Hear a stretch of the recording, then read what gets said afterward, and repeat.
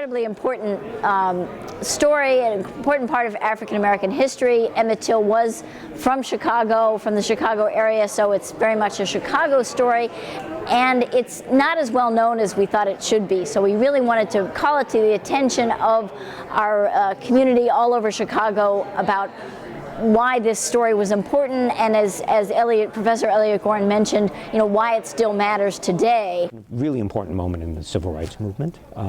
It's really kind of almost like a propellant. So many people refer back to the Till killing as being something very important in their upbringing, in their lives. Anne Moody, when she's a teenager, writes in her book Coming of Age in Mississippi about the Till murder. That's a moment where she first becomes aware of race and racism.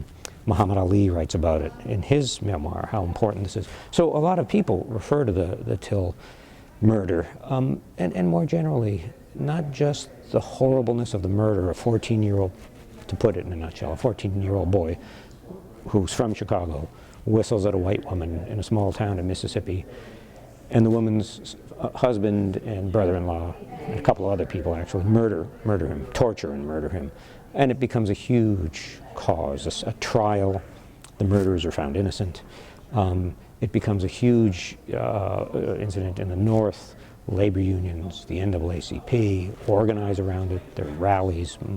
It's really a very, very, very important incident. It's important today because it speaks to some issues that we still have today, especially in the criminal justice system, especially who gets indicted, who doesn't, the possibility of people who are truly aggrieved finding justice, and that's, we've been hearing so much about that in the last year or two. This is a story that has to stay alive. Try to help keep it alive. I think it's a very important story for people to remember. You'd be a fool not to know that things have changed, but some ways they've gone underground. Some of the troubles, again, criminal justice is really where the story is today, and it was in the Till trial, when a jury of 12 white men in an hour found the two murderers innocent, and they were clearly guilty. They confessed to it months later.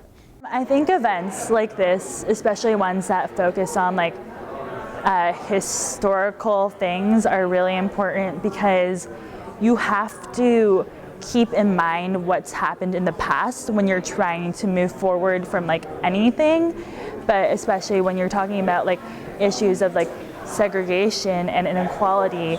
If you don't consider what came before you, you will never be able to successfully move forward.